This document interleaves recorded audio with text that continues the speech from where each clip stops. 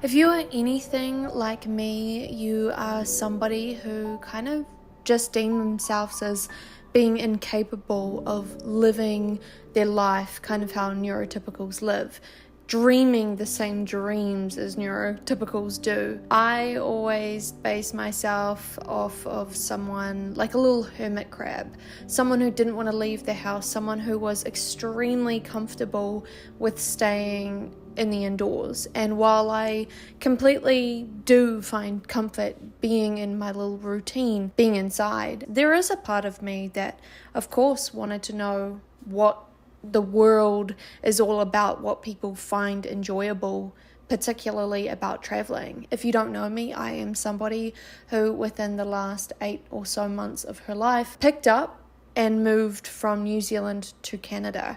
And currently where I'm at right now is in Nashville, Tennessee. And so this is my experience of being on the spectrum and being able to fly, how I'm able to do that. And I hope that this gives some assurance to those of you who have written off travel entirely. In this video, I am not going to be going over the exact steps as to what you need to do going through the airport process, but this is something that I'm completely open to doing, filming it so you can get a visual of how it looks going through the airport. So if this is something that you guys would like for me to do, please leave a comment down below. Or if you are watching this video, months on or years on, if I have filmed it, I will link the video down below so that you can go through and have the exact step by step, because sometimes that can be extremely helpful for some people. So these are kind of the things that have made travel a lot easier for me, just knowing.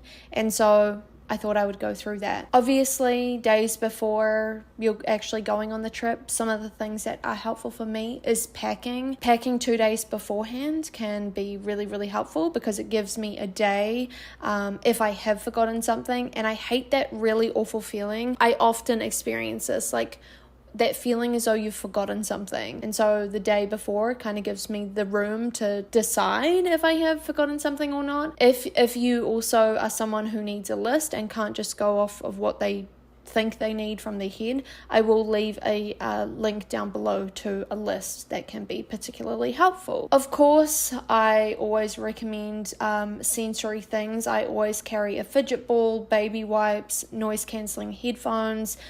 These are kind of very personal to the person. I always try and remind people to pack it into your carry-on luggage or backpack or handbag, just somewhere that you can have access to it on the plane.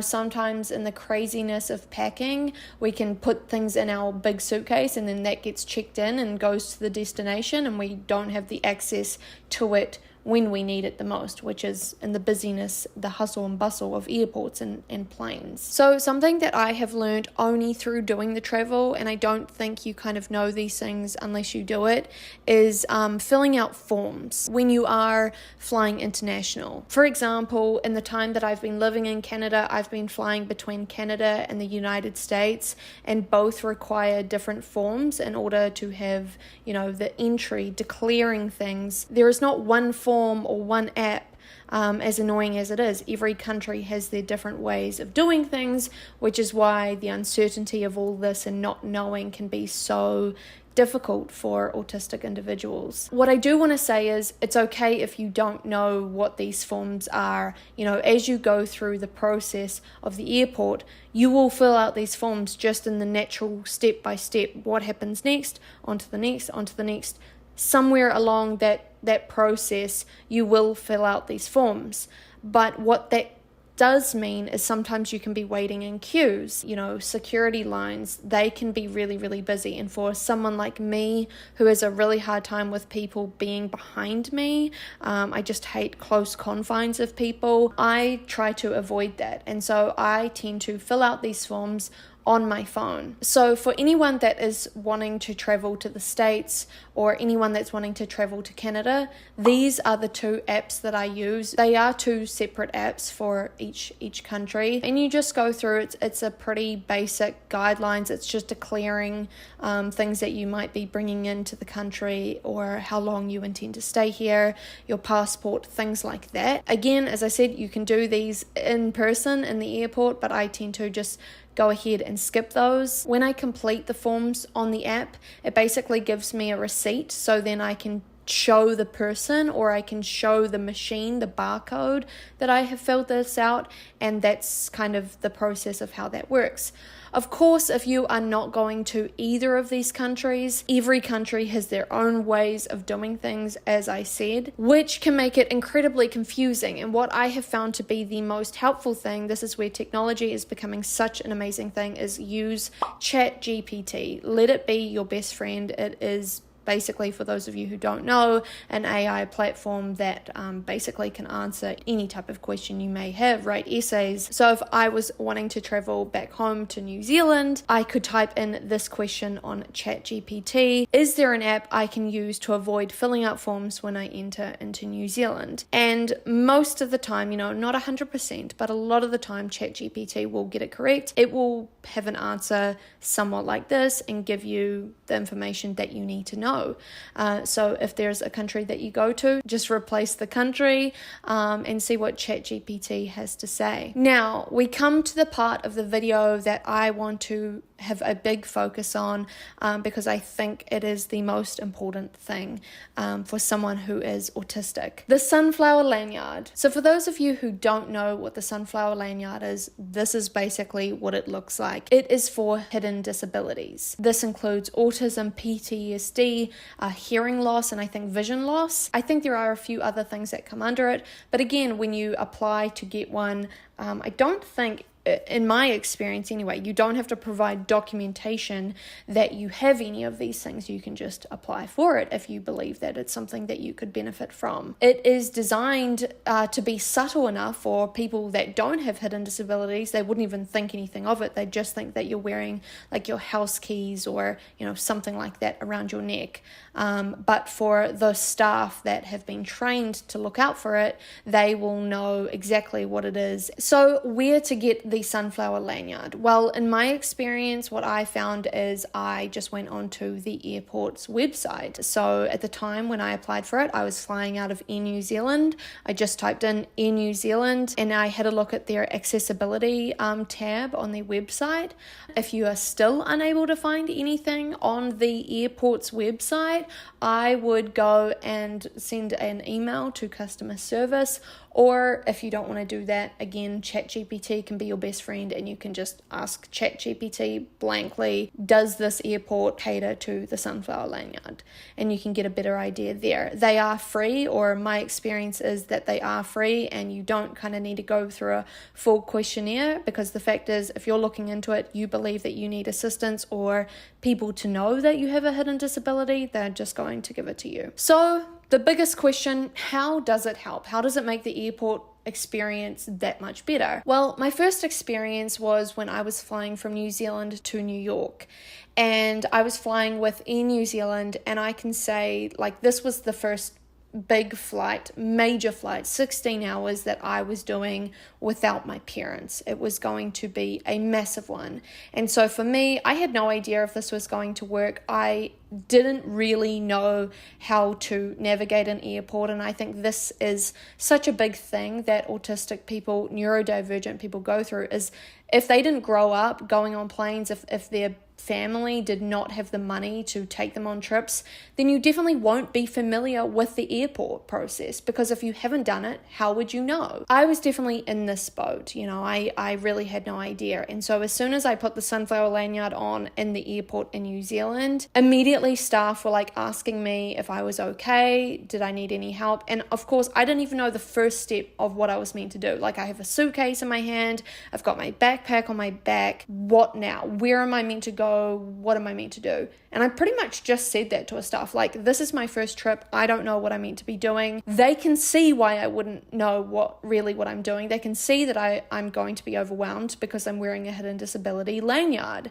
So pretty much the lady put in my details from my phone that I gave her, and she checked in my bag for me and told me to go up these stairs, and then the rest of the staff kind of carried me through it.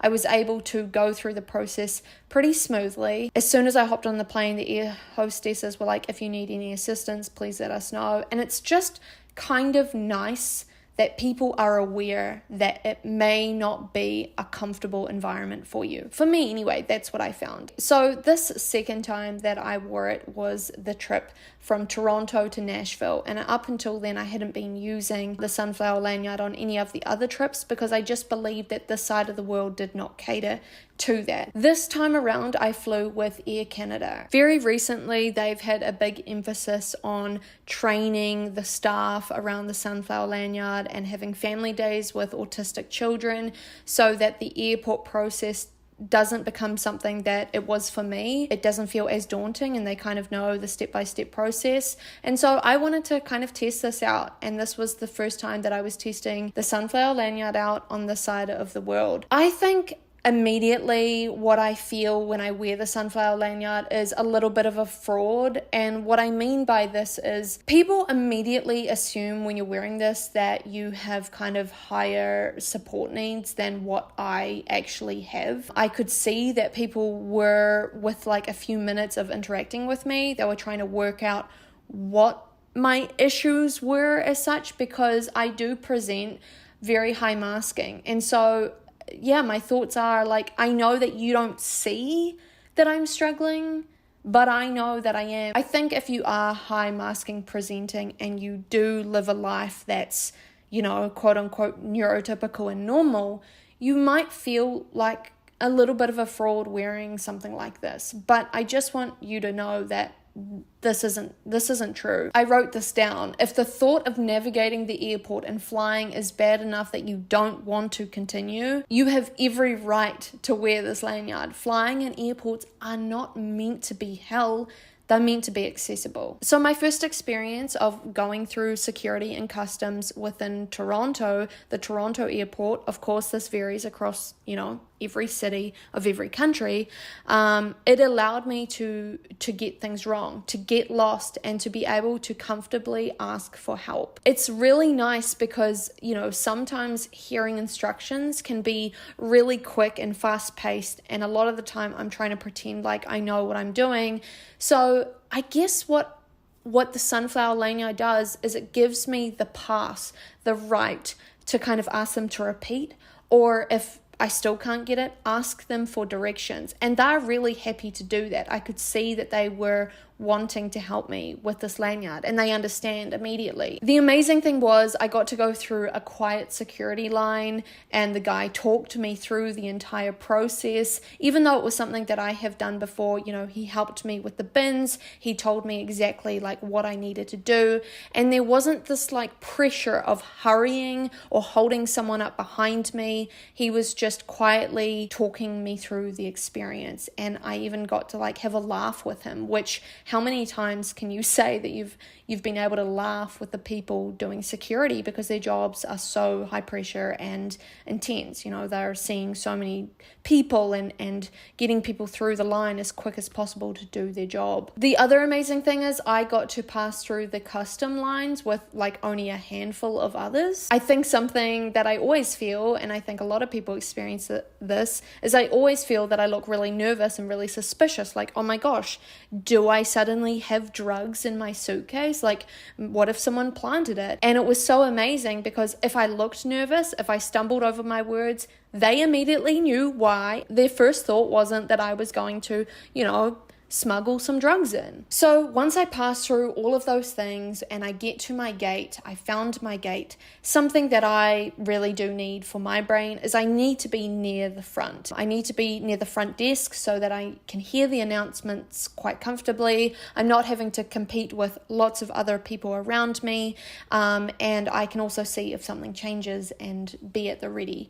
It just provides me a little bit more certainty. But often with that, with being at the front, people tend to sit at the front seats because they get lazy and they don't want to kind of do a lots of walking, so they just take the empty seats right in front. Within these front seats, they often have seats with a wheelchair logo, kind of like this.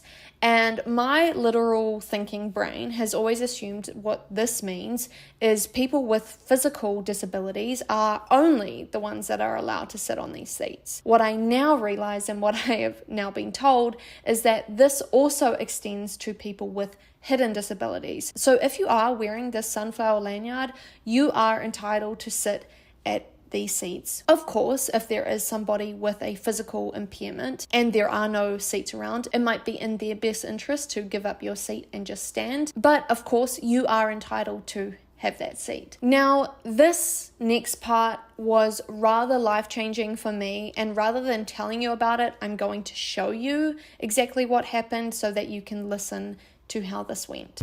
I was just wondering if I was able to get the board with the priority per Yeah, that's fine. Yep. You can have a seat over there, and you can tell them they will do it. So would that be the first call, the first announcement they make? Yeah, they will make an announcement for the pre-boarding, which is PRE. Yeah. They will make an announcement. Okay.